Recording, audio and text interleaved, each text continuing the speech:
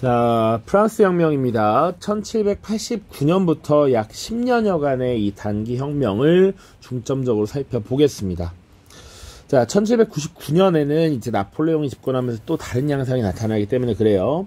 이 연표를 보시면 내용도 굉장히 빼곡하게 틈틈이 많이 있고요. 그리고 당연히 이 시민혁명에서 끝판왕, 가장 중요한 부분이기 때문에 자세히 다뤄야 합니다. 자, 그래서 이제 연표로 쭉 흐름 한번 잡아보고 그 뒤에 구체적인 내용들을 한번 더 정리를 하도록 하겠습니다. 자, 1789년부터 시작이 됩니다. 1789년 혁명의 시작이라고 볼 수 있는데 당시 프랑스의 상황은 어땠느냐. 자, 왕조는 부르봉 왕조이고요. 당시 왕이 루이 16세입니다. 그리고 프랑스의 상황이 어땠는가도 봐야 돼. 자, 당시 프랑스의 상황은 기본적으로 구제도의 모순이 쌓여 있었던 상황입니다. 여러분들 X반, Z반 모두 발표를 통해서 우리 발표자들이 제3신분의 대머리의 시민이 2명을 업고 있는 이런 고통스러운 모습들 봤었어. 풍자화입니다. 당시 제3신분이 다수를 차지하고 있었고 1, 2신분은 소수였습니다. 그러니까 대략의 시민들이 98%를 차지했고, 그리고 제1, 2신분이 상위 2%를 차지하던 게 당시 프랑스의 상황이야. 그런데 당시 국가를 위한 세금은 이 98%가 납부를 했고요. 2%는 면세 특권을 받았습니다. 자, 그리고 시민들은 실제로 많은 세금을 부과함에도 불구하고 기본적으로 참정권이라든지 이런 걸 얻지 못했다라고 하는 게 특징이죠. 그리고 전통적인 봉건사회의 연장선상에서 영주들에게 납부하는 이런 세금들도 있었습니다. 자, 그런 와중에 경제적 부담이 더욱 심화됩니다. 왜냐, 이 부르봉 왕가 루이 16세와 그 이전 시기를 쭉 보면 7년 전쟁이라든지 미국 독립전쟁에 참여하면서 막대한 재정의 소모를 했단 말이죠. 그러다 보니까 재정이 점점 악화되었고, 이에 대해서 이제 국왕이 기본적인 면세 특권을 받고 있었던 성직자와 귀족에게도 사실은 세금을 부과하기 위해 삼부회라고 하는 것을 소집합니다. 이것이 혁명의 시작이 되었다라고 볼 수 있어요. 자, 삼부회라고 하는 건 기본적으로 3개의 신분이 1, 2, 3신분이 다 모여서 어떤 정책을 결정하거나 국왕에게 동의를 해주는 이런 기구입니다. 자, 이 삼부회가 소집된 상황에서 사실 그동안 차별을 받고 자신들이 낸 세금만큼의 권리를 받지 못했다라고 여겼던 제3신분은 반발을 하게 돼요. 그러니까 표결 방식을 두고 싸우게 되는데 당시 제1, 2신분 참여자와 3신분 참여자가 거의 동등했습니다. 그러니까 전통적으로는 신분별 투표 방식을 했어요. 그러니까 이 말인즉슨 1신분과 2신분 각각 정해 5로 정하면 이게 2표가 되죠. 3신분이 아무리 X를 해도 5로 따라갈 수밖에 없는 구조였다. 이거에 대해서 아니야, 제3신분들은 당시 의회 구성원이 3신분이 훨씬 많았기 때문에 머릿수 투표를 주장하게 되죠. 그런데 결국 이것이 받아들여지지 않았단 말이야. 그러다 보니 테니스 코트에 모여서 우리의 입장을 대변할 수 있는 의회를 구성할 때까지 우리는 여기서 떠나지 않겠다라는 선언을 합니다. 그것이 테니스 코트의 서약이라는 것이고요. 이때 자신들의 모임을 국민의회라고 표현을 합니다. 그리고 궁극적으로 나중에 국민의회에 1, 2신분들도 참여를 하면서 의회로서의 기능을 수행하게 되죠. 자, 이 3신분의 움직임에 대해서 국왕은 탄압을 하려고 했고요. 이에 대한 대응으로서 당시 부르봉 왕가를 상징하는 바스티유를 함락합니다. 정치적인 의도가 굉장히 다분했고요. 이 시기 상징성이 있는 곳이었음과 동시에 사실 이곳에서 무기를 탈취할 수도 있는 이런 모습들이었지. 그게 지금 매달 연달아 일어나고 있다라는 겁니다. 자, 바스티유 함락 소식이 프랑스 전역에 지금 전파가 되자 농민들이 같이 호응해서 들고 일어났고요. 이 당시 농민들의 불만을 잠재우기 위해서 8월 법령이라는 걸 제창을 하고 이때 봉건제 폐지 선언을 발표합니다. 물론 이때는 유상 폐지야. 기존의 봉건적 세금 부과조라고 하는데 이것을 납부하지 않으려면 원래 매월 내던 것에 뭐 몇십 배 달하는 돈을 일시금으로 납부하면 이제 봉건적인 이런 질서를 폐지할 수 있다. 안 낼 수 있다. 이렇게 했던 것이죠. 그리고 그 다음 바로 인간과 시민의 권리 선언이라고 하는 인권 선언이 발표됩니다. 1789년에만 이렇게 복잡한 일들이 많이 벌어졌다라는 것이죠. 자, 그래서 이 이후에 봐야 될 것들은 이 시기에 구성되어 있는 의회, 이 의회가 존속했던 시기에 어떤 일이 있었느냐입니다. 그래서 첫 번째 국민의회라고 나와 있죠. 선생님이 시기까지 넣어놨고요. 테니스 코트 서약 이후에 결성이 되어서 바스티유 함락이라든지 봉건제 폐지 선언, 인권 선언 다 국민의회 시기에 발표가 됐다. 이렇게 기억을 하고 있으면 됩니다.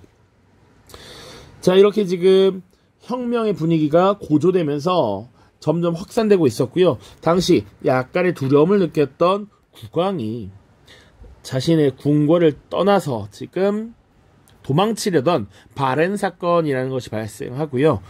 이후에 이 군주의 권한을 어느 정도 제한하고 기존의 제3신분들 그 중에서도 사실은 어느 정도 경제력을 갖춘 부르주아지들이 자신들의 권한을 인정받을 수 있는 헌법을 제정합니다. 그것이 바로 91년 헌법이에요. 자, 그래서 91년 헌법은 어떤 내용을 갖고 있는지도 또 알고 있어야 합니다. 자, 이 91년 헌법에 의거해서 새롭게 의회를 구성하고요. 그렇게 구성된 의회가 바로 입법의회입니다. 이 당시의 특징은 기본적으로 군주가 아직 있어 대신 헌법에 입각한 입헌군주제였고요. 선거는 재산에 따른 제한선거를 가지고 있었다라는 특징을 알고 계셔야 해. 그러니까 부르주아지들의 혁명이었기 때문에 그래. 처음에는 부르주아지들이 자신들이 세금도 많이 내는데 자기 돈도 있는데 참정권 달라라고 했던 것이죠. 그러니까 입법의회 시기, 제한선거, 입헌군주제 이런 특징을 갖고 있고요.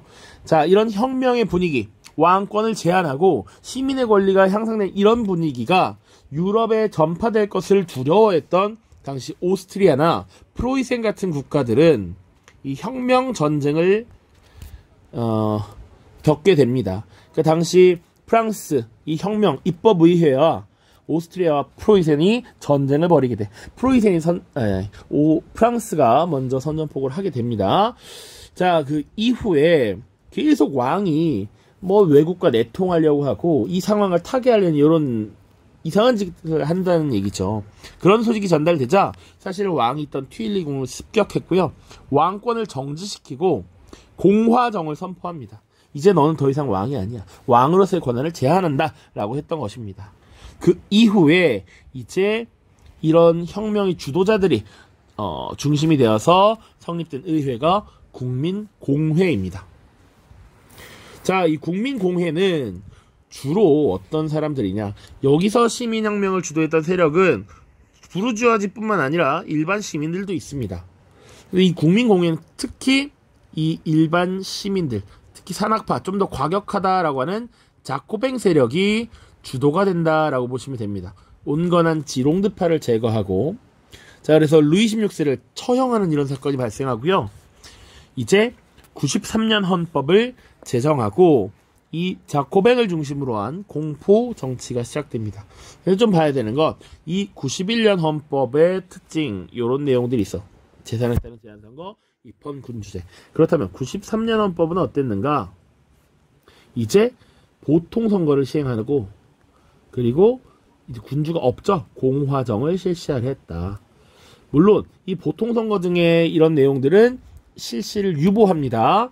자, 그리고 자코뱅, 특히 이제 인물로 로베스피에르라고 하는 인물을 중심으로 해서 공포 정치가 시작되죠.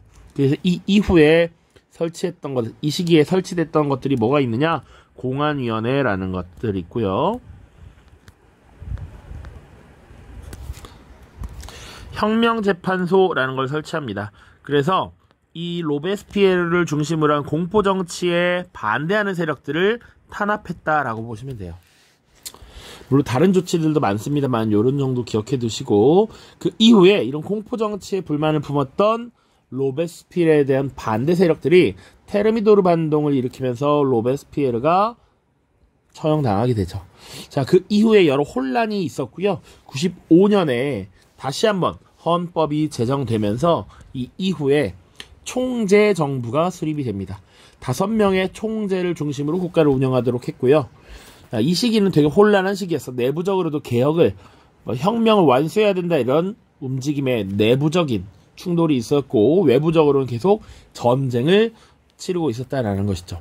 이 와중에 사실은 1798년 중간에 이집트 원정에서 어마어마한 성과를 거두고 이 소식이 전달되자 국민적 영웅이 되었던 나폴레옹이 사실상 권력을 잡고 다시 헌법을 제정해서 통영 정부를 수립합니다.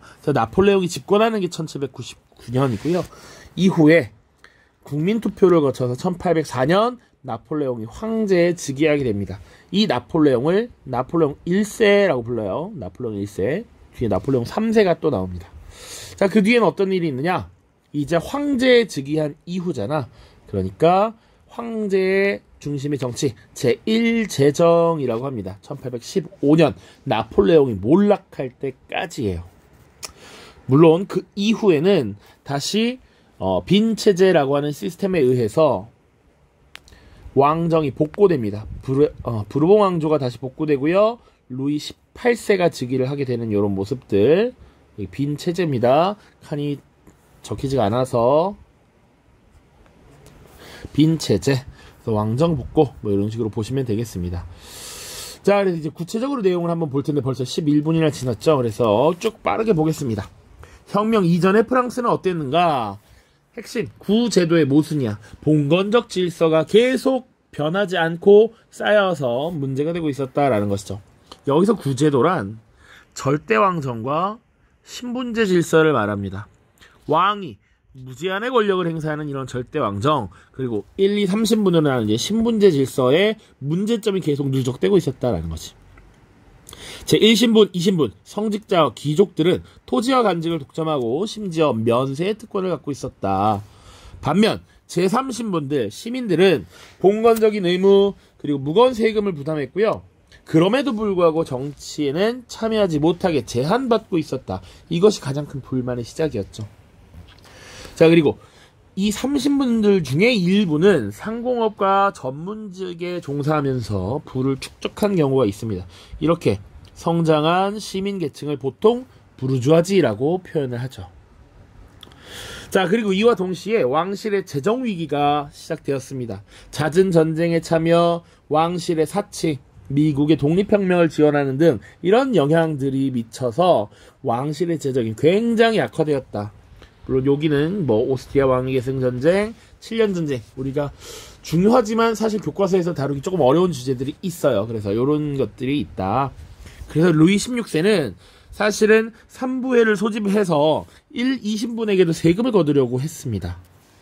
자, 그런데 3신분이 지금 더 뿔이 나고 있었다라는 얘기야.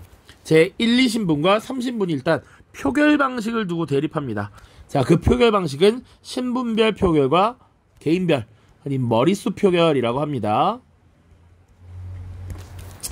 자, 왜 그랬느냐? 의회 구성 같은 걸 보면 조금 더 정확한데요.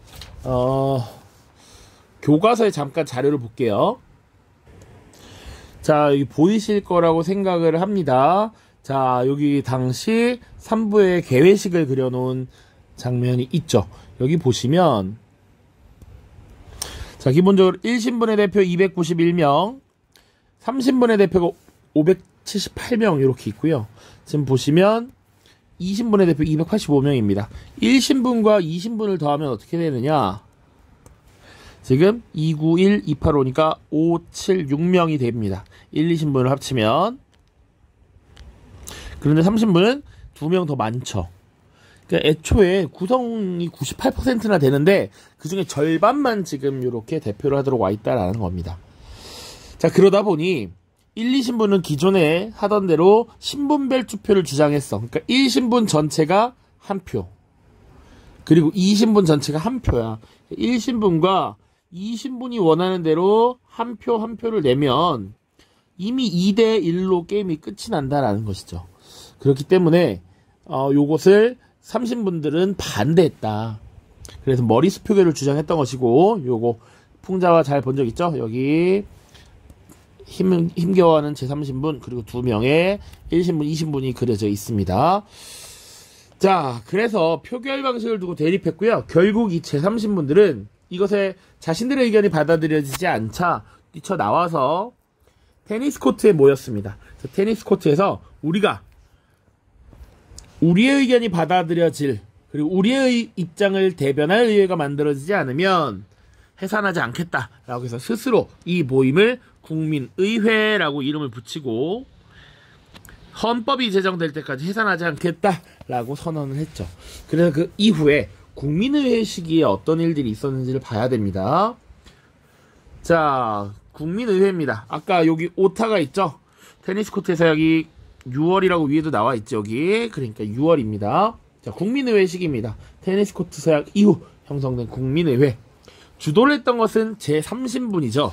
그 중에서도 상공업, 전문직에 종사하면서 부를 축적한 부르주아지 세력입니다. 어느 정도 경제력이 확보되어 있는 사람들이 자신들의 경제력에도 불구하고 참정권이 없으니까 이런 걸 불만을 품었다는 것이지. 자, 그래서 주요 내용 보시면 테니스 코트의 서약 아까 얘기했죠. 이에 대해서 국왕이 탄압을 하려고 합니다. 그래서 당시 상징적인 이 곳이었던 바스티유 감옥을 습격했고요. 이것을 빌미로 혁명이 전국적으로 확산됩니다. 농민들도 들고 일어납니다. 왜? 영주들에게 탄압받던 이런 봉건적 질서 하에 농민들이 불만이 폭발하는 것이죠. 그래서 이 국민의회 시기에 개혁이 일어납니다. 왜? 이런 혁명의 움직임, 너무 소란스러운 것, 너무 큰 움직임은 위험할 수 있기 때문에 이것을 달래기 위함이야. 첫 번째로 8월 법령이라는 걸 내서 봉건제 폐지 선언을 내게 되죠. 그래서 그동안 공납의 명목으로 부과조라고 하는 것을 냈는데 이것을 유상으로 폐지할 수 있도록 한다. 자, 그리고 그 동일한 달에 인간과 시민의 권리 선언이라고 하는 것을 또 발표합니다. 자, 여기서 이것을 줄여서 인권 선언이라고 표현합니다. 작년에 통합사회 시간에도 많이 봤을 거야. 어떤 내용을 담고 있느냐? 잘 기억하세요. 자유와 평등, 국민주권, 그리고 재산의 보호 이런 것들을 언급을 하고 있습니다. 자, 자료를 미리 한번 보겠습니다. 인간과 시민의 권리 선언. 자, 1조 보죠. 1조. 인간은 자유롭게 그리고 평등한 권리를 가지고 태어났다. 자유권, 평등권 이런 것들을 얘기하고 있죠. 그리고 정치적 결사의 목적은 자연권을 보호하기 위함이야.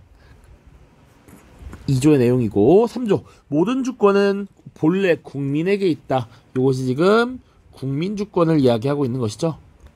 국민주권의 원리. 자, 그리고 6조 법은 일반 의지의 표현이다. 루소의 사상, 루소의 사회계약설에서 이 일반 의지라고 하는 것을 강조했지. 그렇기 때문에 모든 시민은 직접 혹은 대표를 통해서 법제정에 참여할 수 있는 권리를 갖는다. 법에 따른 처벌에 있어서 만민은 평등하다. 그리고 17조도 또 중요해요. 왜냐? 이 17조가 사실은 어떻게 보면 핵심적인 내용 중에 하나라고 볼 수 있습니다. 이 89년에 혁명을 주도했던 세력이 제3신문, 그 중에서도 특히 부르주아지들, 재산을 어느 정도 갖고 있는 사람들이었기 때문에 소유권은 굉장히 신성하다. 누구도 침해할 수 없다. 이런 내용들을 밝히고 있는 것이죠. 인간과 시민의 권리 선언입니다. 자, 아까 요거 풍자도 봤을 것이고요. 당시 제3신분이 프랑스 사회에서 어느 정도의 영향력을 행사하고 있는지 잘 보시면 됩니다. 마지막 주 제3신분은 무엇인가? 바로 전체이다. 선생님이 이 자료를 그대로 작년에 통합사회 시간에 정의 파트에서 냈었죠. 그런데 정답률이 박살이 났었습니다. 자, 이어서 보겠습니다. 자, 그리고 이 국민의회는 91년 헌법을 제정합니다. 91년 헌법, 93년 헌법 두 개는 꼭 비교를 할 수 있어야 된다. 입헌군주제라고 하는 것을 시행하려고 했고요. 그리고 재산에 따른 제한선거제를 이제 실시하도록 정했습니다. 이것도 부르주아지들과 연계 지을 수 있어. 제3신분이라고 해서 모두 다 동일한 참정권을 가질 필요 없다 이거야. 어느 정도 재산을 갖춘 부르주아지들만 지금 선거에 참여할 수 있게 하면 된다라는 생각이 있었다라는 것이죠. 이런 것들이 92년, 93년 헌법에 빵 터져서 새롭게 변화하게 되는 겁니다. 자, 다음 입법의회로 넘어가겠습니다. 자, 91년 헌법에 의해서 새롭게 의회가 구성됩니다. 1791년 10월부터 다음 해 9월까지 약 1년 정도 활동을 했던 것이고요. 내용은 그래서 상대적으로 적습니다. 자, 주도층은 일단 혁명을 주도했던 세력이죠. 이런 혁명을 주도했던 세력들이 또 나뉘게 됩니다. 지롱드라고 하는 온건파와 자코뱅 혹은 산악파 이런 급진파로 나뉘게 돼. 그래서 초기에 이 둘이 같이 있는데 점점 권력을 잡는 것은 누구냐면 바로 이 자코뱅 세력입니다. 자, 이 입법의회 시기에는 혁명전쟁이 시작됩니다. 프랑스 혁명의 여파가 확산되는 것을 두려워했던 오스트리아, 프로이센에 지금 선전포고라고 전쟁을 치르게 되는 것이죠. 이 과정에서 사용되었던 군가가 바로 라 마르세이즈라고 하는 마르세유의 노래인데 이것이 현재도 프랑스의 국가로 사용이 되고 있죠. 자, 그리고 자, 국왕이 사실은 외부와 내통한다든지 이런 이야기가 전해지자 파리 민중들이 당시 왕궁이었던 튀일리궁을 습격합니다. 그러니까 우리 흔히 뭔가 프랑스의 왕궁 하면 바로 베르사유 궁전이 생각날 것 같은데 그렇지 않고 당시 왕이 머물고 있었던 튀일리궁에 습격을 가하게 됩니다. 자, 그 이후에 왕권을 정지시켜버리고요. 왕권이 정지되었으니까 사실상 어떤 정치체제가 시행이 되었다. 이제 공화정이 수립된 것이죠. 그래서 공화정 시기를 보통 국민공회라고 이야기를 하는 것이다. 1792년 9월의 이야기입니다. 자, 그리고 국민공회 시기에 그러면 어떤 내용들이 있었는지 또 한번 살펴보는 것이죠. 자, 국민공회를 주도했던 세력은 바로 누구냐라고 하면 바로 이제 급진파 세력이었던 자코뱅입니다. 자, 그래서 이 자코뱅파는 공화정을 선포합니다. 이것을 제1공화정이라고 해요. 왜 자꾸 그러냐면 아까 연표에서 제1제정 얘기했는데 제1공화정이 들어섰다가 나폴레옹 시기 제1제정이 들어서죠. 자, 그리고 사실은 부르봉 왕실이 복귀하면서 왕정, 제정은 그대로 이어집니다. 그러다가 이제 1830년에 사실은 다시 7월 혁명이 일어나게 됐지. 자, 그리고 그 이후에 1848년에 다시 혁명이 일어나면서 제2공화정으로 넘어갑니다. 자, 그리고 다시 1848년에 등장했던 나폴레옹의 조카 루이 나폴레옹이 다시 대통령에 당선돼요. 공화정 하에서 대통령에 당선돼. 그 이후에 나중에 스스로 다시 황제해지게 합니다. 제2제정이라는 게 나오고요. 그리고 프랑스가 프로이센과의 전쟁에서 패배하면서 나폴레옹이 몰락하고 다시 공화정이 들어섭니다. 그것을 제3공화정 이렇게 얘기해요. 그렇기 때문에 요거 명칭이 반복적으로 나온다. 제1공화정 들어서는 거 지금 국민공회 1792년, 제1제정 나폴레옹 1세의 즉위 1804년, 제2공화정 1848년 2월 혁명의 결과, 그리고 루이 나폴레옹의 황제침 이때 나폴레옹 3세로 즉위합니다. 그리고 제3공화정은 프랑스 프로이센 전쟁에서. 자, 요게 되게 내용이 많습니다. 자, 국민공회 시기 있었던 내용을 다시 한번 정리해보죠. 루이 16세 처형됩니다. 1793년 1월이고요. 지금 국왕을 처형했다라는 소식이 유럽 전역에 전달이 되면서 여러 나라들이 깜짝 놀래죠. 그래서 영국, 에스파냐, 네덜란드, 오스트리아 등등이 대프랑스 동맹을 결성하고, 그러니까 동맹이란 여기선 대프랑스 동맹, 한자로 대불동맹이라고 합니다. 대프랑스 동맹과 전쟁을 벌이게 된다. 자, 그리고 계속된 전쟁으로 인해서 경제난이 심화되었고요. 그러다 보니까 이런 혁명에 대한 반감을 가지고 반혁명도 발생을 했다. 자, 이렇게 혼란스러울 때는 강력하게 뭔가 결단을 하는 사람들이 좀 더 인기를 얻게 되고 이런 혼란을 수습할 수 있다라고 믿음을 주게 되죠. 그래서 당시 급진파 중에 급진파였던 로베스피에르라고 하는 인물들을 비롯해서 이런 급진파 세력이 상대파였던 온건파, 지롱드파를 제거하고 정권을 장악합니다. 자, 그래서 이 로베스피에르를 중심으로 한 급진파의 개혁들, 어떤 것들이 있었느냐? 자, 1789년에 봉건적 공납이 유상으로 폐지되었다라고 했는데 무상으로 이제 폐지를 해버리고요. 토지를 분배하고 징병제를 도입합니다. 계속 전쟁을 치러야 하기 때문에 안정적으로 병사들을 공급하기 위한 어쩔 수 없는 조치였다. 그리고 계속된 전쟁, 사회적 혼란 이런 것들이 물가 급등의 요인이 되죠. 전쟁이 벌어지면 사재기가 일어나고요. 국가가 혼란스러우니까 물가가 올라. 코로나 때도 그랬고 지금은 뭐 국제적인 상황 때문이지만 자, 그래서 물가를 안정적으로 잡아야 한다라는 생각이 있었기 때문에 최고가격제라고 하는 것을 실시하고요. 뭐 화폐도 또 발행하기도 하고 그럽니다, 사실. 자, 그리고 이 시기에 93년 헌법을 제정해서 이제 공화제임을 천명하고요. 재산에 따른 제한선거 이런 것도 철폐해버리겠다. 보통선거제 누구나 일정 연령이 되면 1표씩 행사할 수 있도록 하겠다라는 헌법을 제정했어요. 그러나 당장 시행하지는 못했습니다. 자, 그리고 로베스피에르의 공포정치, 자신의 반대파 세력들을 탄압하기 위한 것이었는데 혁명재판소, 공안위원회라고 하는 것을 설치하고 반대파를 숙청했다. 이런 내용들도 있고요. 그리고 이런 공포정치에 대한 반발로 그 다음 해인 1794년 7월 테르미도르의 반동이라고 하는 것이 나타납니다. 프랑스 달력으로 이게 테르미도르가 열월이라고 해요. 7월을 의미합니다. 온건파의 쿠데타가 일어나서 로베스피에르가 처형되었다.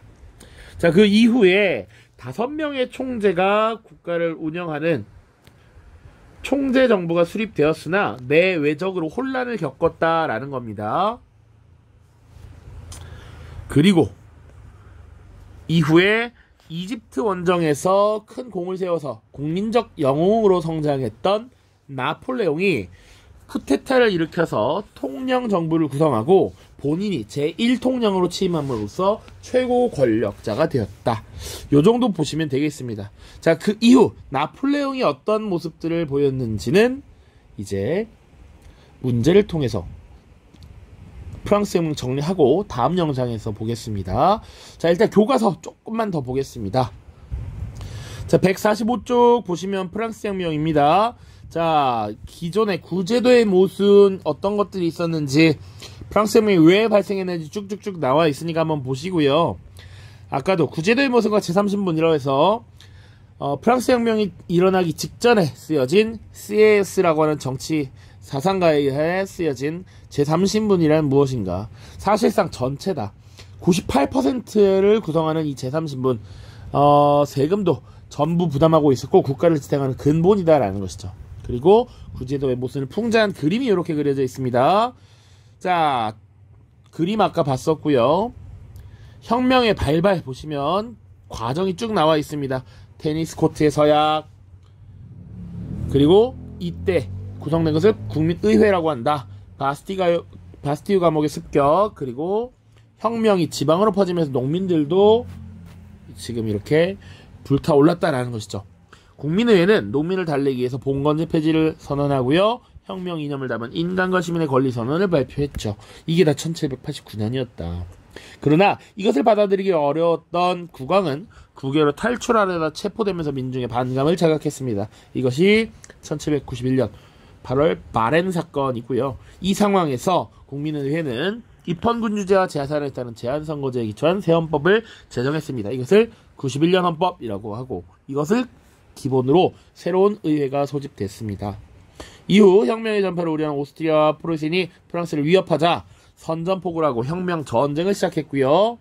왕과 보수귀족이 적과 내통한다는 소문에 과격해진 파리 민중들이 왕궁을 습격하여 왕권을 정지시켰습니다. 그 이후 입법의회 대신 국민공회가 들어섰어요. 자, 쌍퀼로트라고 하는 것이 뭔지만 좀 언급을 할게요. 프랑스에서 전통적으로 입는 복장 중에 부유한 사람들이 입는 바지에 다리가 딱 달라붙는 이런 옷을 퀼로트라고 했습니다. 그리고 앞에 쌍이라는 것은 이것이 아니다라는 거야. not이라는 의미입니다. 퀼로트가 아닌 바지라는 거야. 그래서 돈 없는 사람들은 활동하기 불편한 펑퍼짐한 바지를 입었어. 그걸 판타롱이라고 했는데 이 쌍퀼로트, 퀼로트를 입지 않은 사람이라는 의미의 이 파리 민중들이 왕궁을 습격했다라는 거죠. 퀼리궁을 습격했다. 자, 라마르세이즈와 관련해서 나와 있습니다. 혁명전쟁 당시 불러던 군가가 프랑스의 공식 국가로 사용되었다. 인간과 시민의 권리선언은 잘 봤을 거고요. 밑에 보시면 관련해서 사진 자료들이, 그림 자료들이 나와 있죠. 테니스 코트의 서약, 그것이 이제 국민의회의 시작이었고, 이후 바스티유 감옥의 습격, 퀼리궁의 왕궁 습격 이후 왕권의 정지, 공화정의 수립 쭉 나와 있습니다. 교과서에도 이렇게 구분이 되어 있으니 각 의회 시기에 어떤 일들이 있었는지 좀 정확하게 파악을 해야겠죠. 자, 혁명의 과격화 보시면 국민공회는 결국 루이 16세 처형했습니다. 그리고 대프랑스 동맹과 지금 전쟁을 벌이게 됐고요. 경제난과 반란으로 위기에 처하자 자코뱅파가 로베스피에르를 중심으로 온건파를 제거하고 정권을 장악했습니다.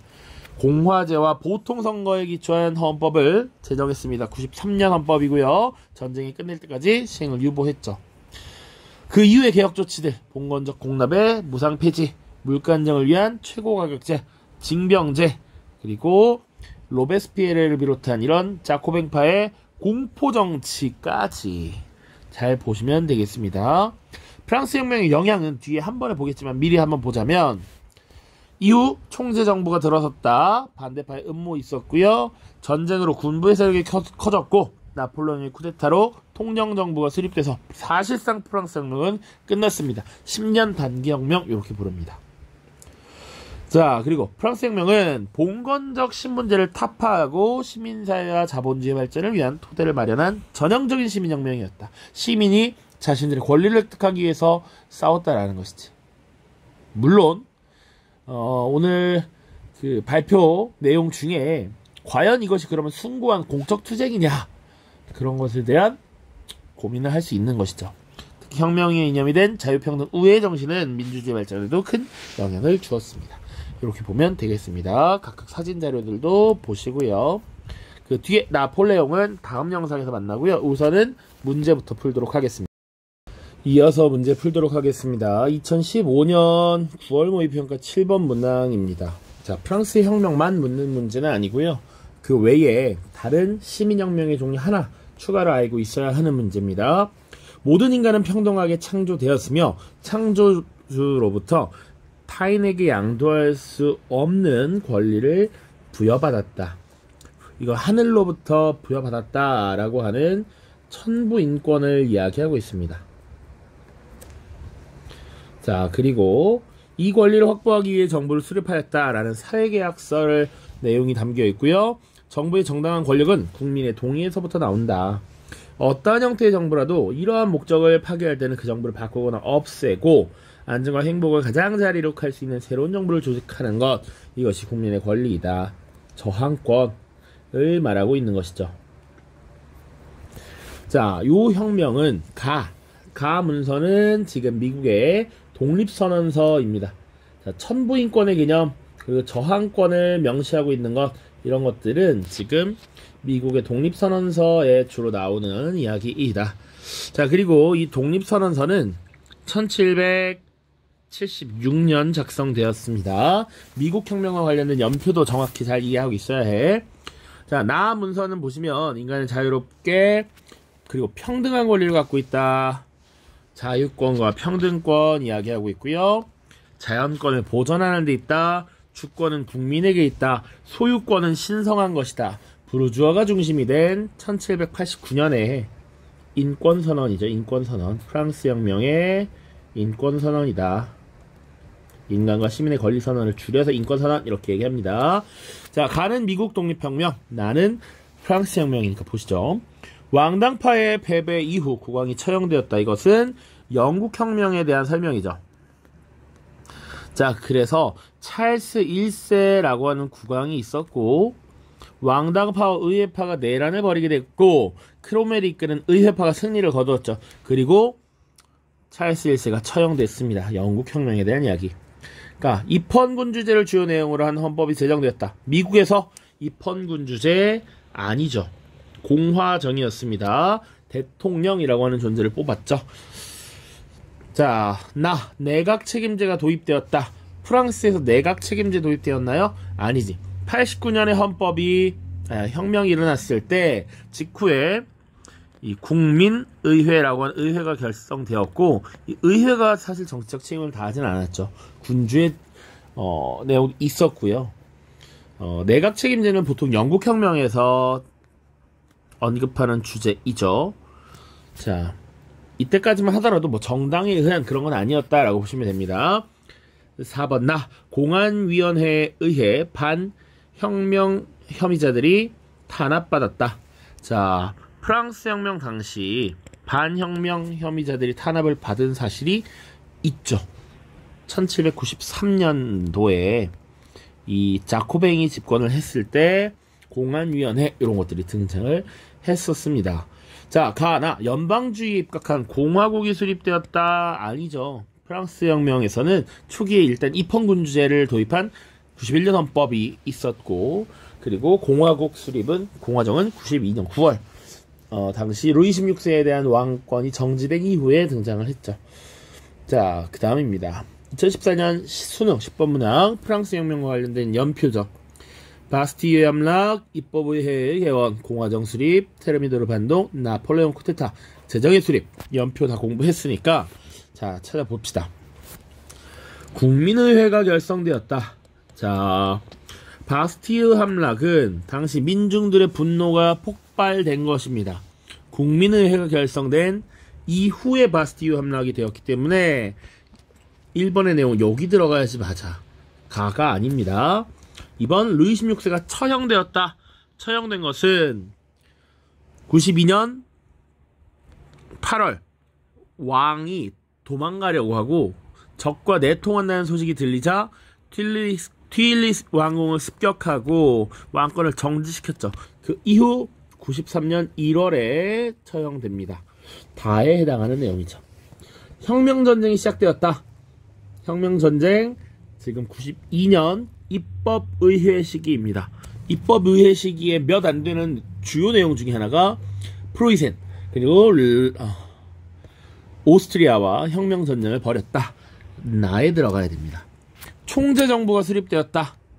자, 기본적으로 1795년 5명의 총재가 중심이 된 총재정부가 수립되었죠. 그리고 99년에 통령정부가 수립되면서 나폴레옹이 제1통령으로 취임하고 권력을 잡게 되었다. 정답 4번.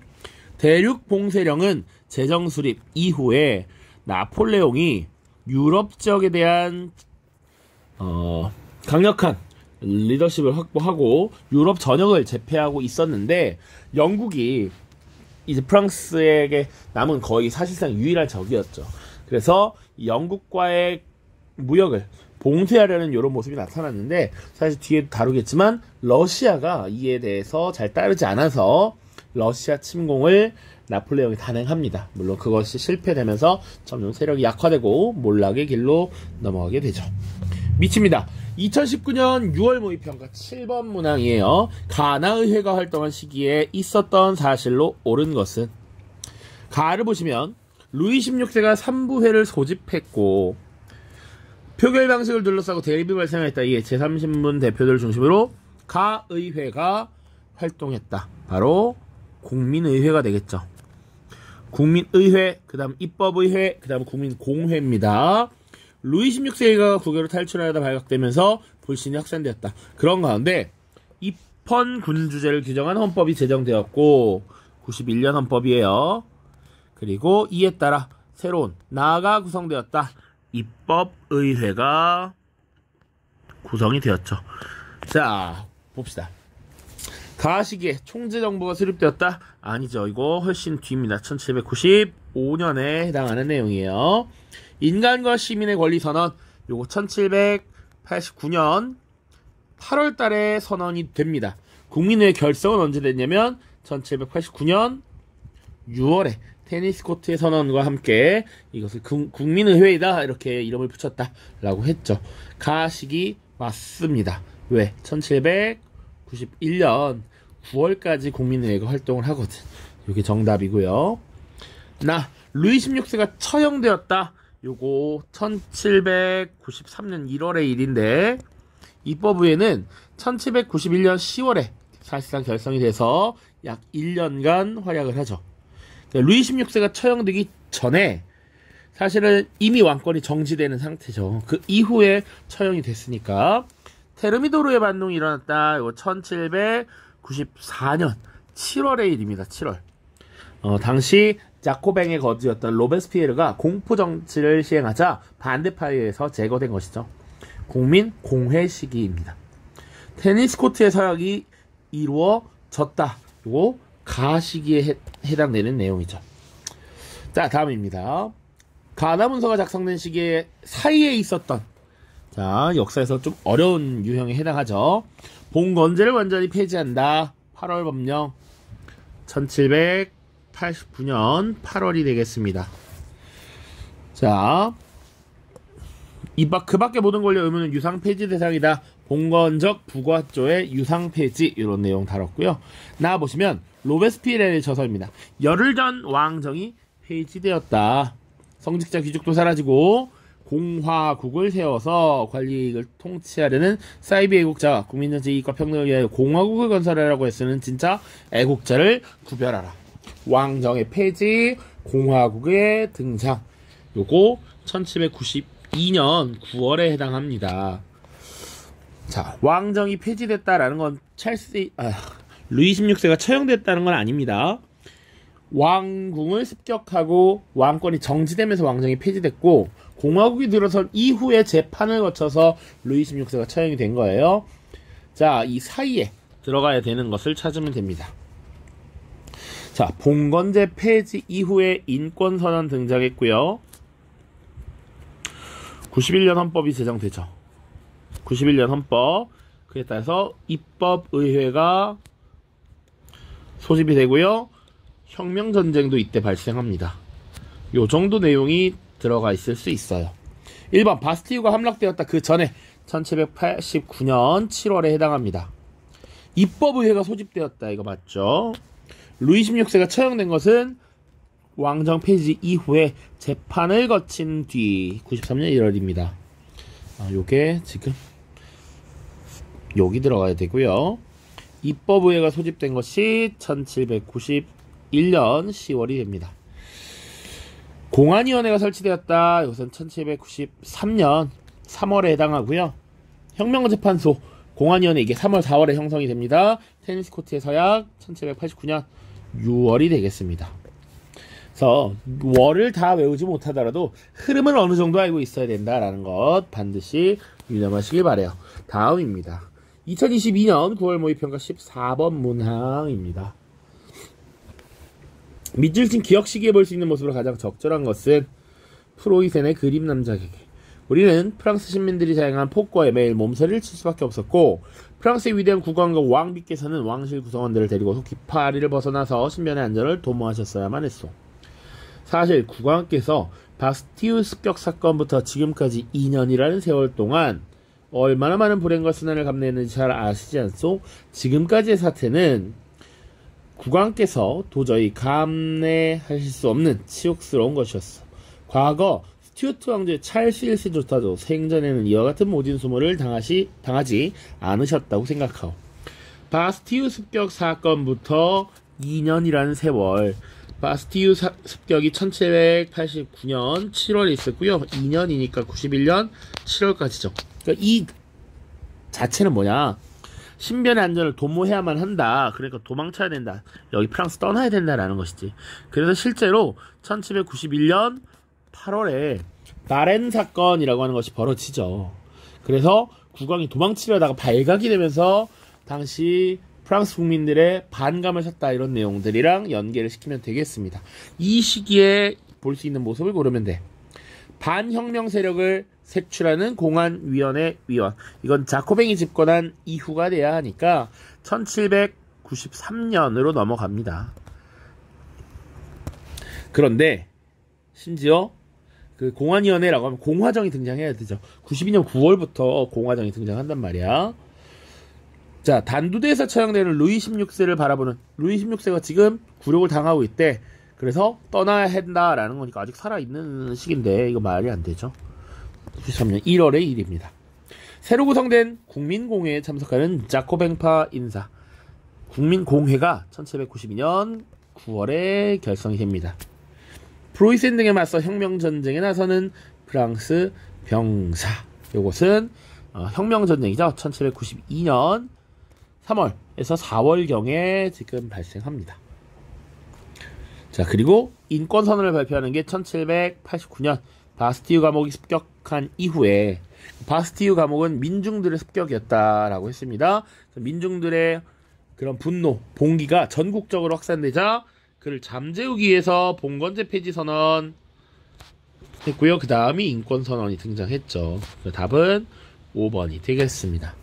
자, 오른쪽부터는 이제 나폴레옹 이후니까요. 다음 영상에서 다루도록 하겠습니다. 모두 고생 많았습니다. 안녕.